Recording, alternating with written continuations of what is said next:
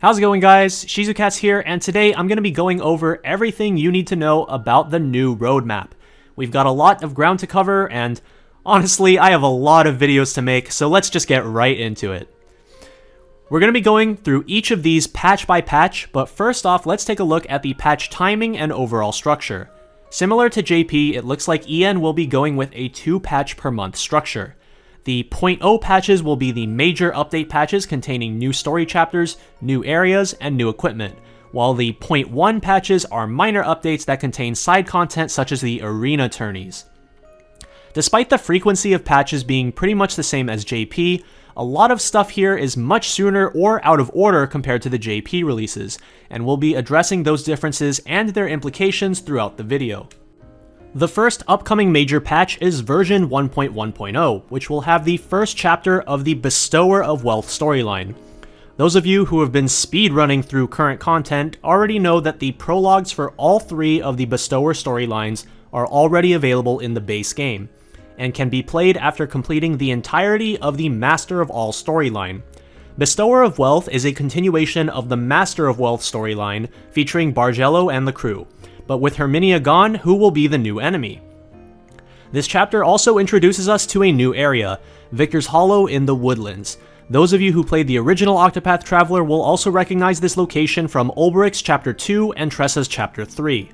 Victor's Hollow is home to the arena, and thus is the location where the arena tournaments will take place. This location also comes with a new weapon type, the level 61 Fenrir weapon series, which will emphasize extra physical attack. In JP, Victor's Hollow wasn't released until late January 2021, about 3 months into the game, while it's being released as early as 3 or 4 weeks into the EN release. While I'm not particularly concerned about the difficulty of the new story content, as players will have needed to first beat Master of All anyways, I'm slightly concerned about the speed between new story releases. This means that new towns could show up faster and equipment could get power crept out faster. Now, this is both a good and bad thing depending on how you look at it. Players who can't beat endgame content at the time they come out will be able to enjoy some weapon power creep at a faster rate than in JP, and thus have the ability to defeat that endgame content earlier, which is great. The slight downside is that if you want to stay up to date on every single equipment release, you will have to do more equipment farming in a shorter span of time. Now let's take a look at some of the other new stuff in patch 1.1.0. The Nameless town will receive 2 expansions. The sheep farm is, well, a sheep farm. There will be sheep in the town that you can interact with to get various wool-based items, some that can be sold for memory shards, and others that can be sold for leaves. The alpaca farm down the line in November is basically the exact same thing. It's just extra memory shard income, which is absolutely welcome. Do note that in order to unlock the sheep farm, you will need to purchase fences with your memory shards, so start saving up. The second expansion is Coda the Smith, which will unlock what we JP players call the Tower of Recollection, which is actually what the below section Bonfires of Battle entails. Quick note, despite the name of the quest being Coda the Smith, thus hinting at unlocking Coda's shop, Coda is actually relevant in the story for unlocking the Tower of Recollection. In JP, the side story that unlocks Coda's shop in the Nameless town came out a few months after the Tower of Recollection, so this update may or may not also come with Coda's shop. You've probably noticed that there is a massive tower in the Nameless town, and that's exactly the tower we're going to be unlocking with this quest. The tower acts as a kind of Pokédex for elite enemies.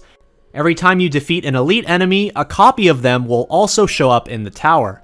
You can fight them within the tower as an entirely separate instance with its own respawn timer, effectively letting you kill every elite enemy twice per day instead of just one. According to the roadmap, the first 3 bonfires of battle we'll be receiving are Snow, Plains, and Forest. This basically just means that the Frostlands, Flatlands, and Woodlands are going to be the first 3 areas added to the tower. Now, one thing I want to make clear is that these bonfires will probably only encompass the first 8 towns, 1 town of each region. Unless they decide to change it up for English, these bonfires will not include elite enemies from areas like Flame's Grace and Victor's Hollow. And by the pace these new bonfires are getting added, it looks like it's going to be until at least December for the second set of bonfires to start being added, which will allow you to also more easily collect materials for upgrading later series of weapons, such as the level 60 Innocent weapon series, which is actually already in the game right now. Moving on to patch 1.1.1 in early September, we will be getting the first tournament, Tikilen. Originally, the Tikilen Cup was released in the 4th month of JP, so it's extremely surprising that they're releasing her 1 month into the game instead. Now, before you all get upset about how they're releasing super boss level content 3 months earlier than they're supposed to, let me explain the tournament structure as a whole. The tournament is split up into 8 fights. The first 4 rounds are the qualifying round, a top 8 single elimination bracket with a 4th bonus match at the end. The latter 4 rounds are the Tikilen Cup itself, another top 8 bracket with the 4th bonus match being the Tikilen fight. These fights, and the enemies you face, are entirely scripted, and you do not get reset back to the beginning if you lose a round. You can just jump back in right from where you left off from. The enemies will start out fairly easy and manageable and will scale up in difficulty as you continue throughout the bracket, eventually ending on the most difficult fight of all, the Arena Champion. For defeating the Arena Champion, they are recruited to your party as a powerful 5-star unit.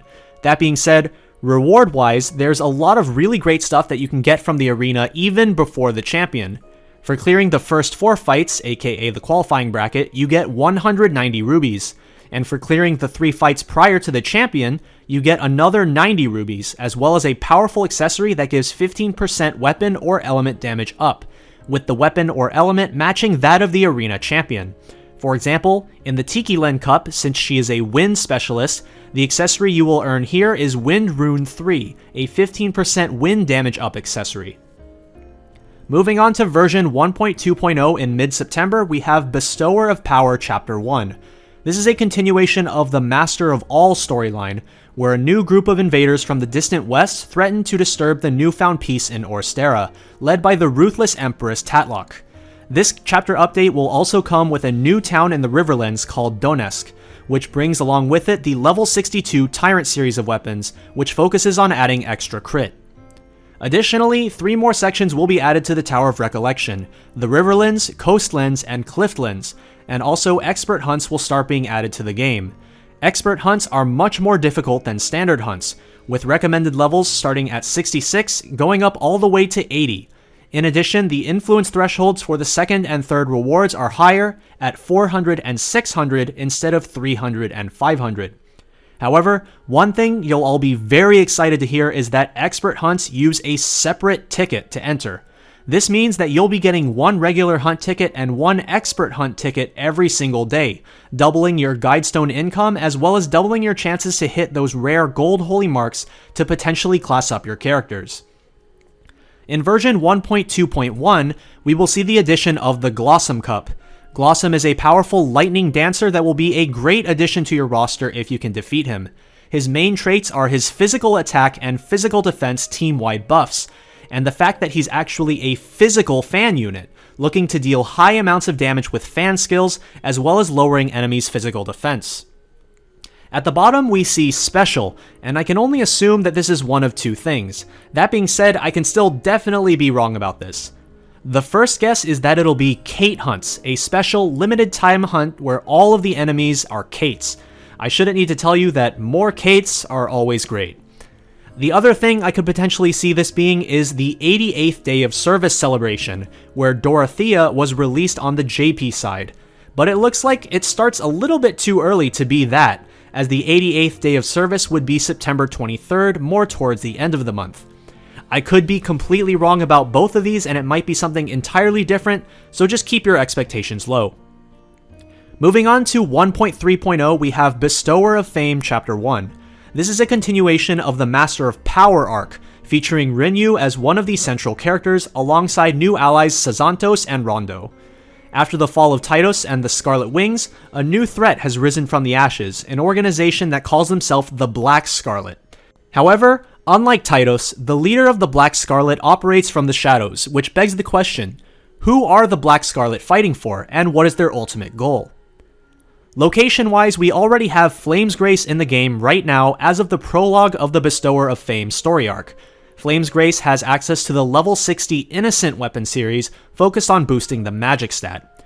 Chapter 1 of Bestower of Fame takes us back to the Titus Cathedral in Emberglow, which is now a non-hostile zone, with all of the elite enemies that used to be inside the cathedral now moved to the dungeon where Master of Power Chapter 1 took place.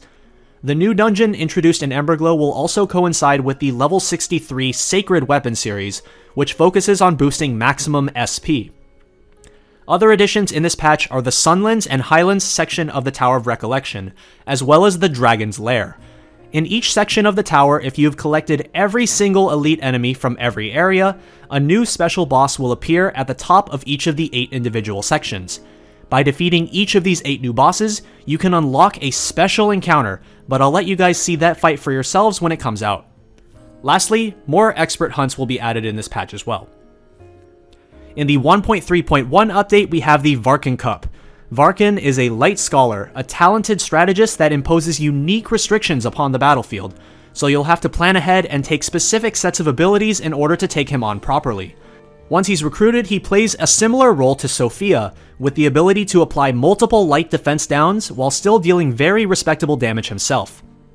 Finally, in November, we have the 1.4.0 update, which will include Bestower of Wealth Chapter 2, as well as the Alpaca Farm addition to the Nameless town, which, as I mentioned earlier, is just additional memory shard income. Bestower of Wealth Chapter 2 wasn't released until 2 months after Bestower of Power Chapter 1 in JP, so this one will apparently be showing up an entire month earlier in English. That wraps up everything on the new roadmap. Obviously, content is subject to change, and I'm just a player, and not affiliated with Square Enix in any way, so take everything in this video with a grain of salt. That being said, if you guys have any questions or comments, feel free to leave them down in the comment section below. And until next time, this has been Shizukats. See ya!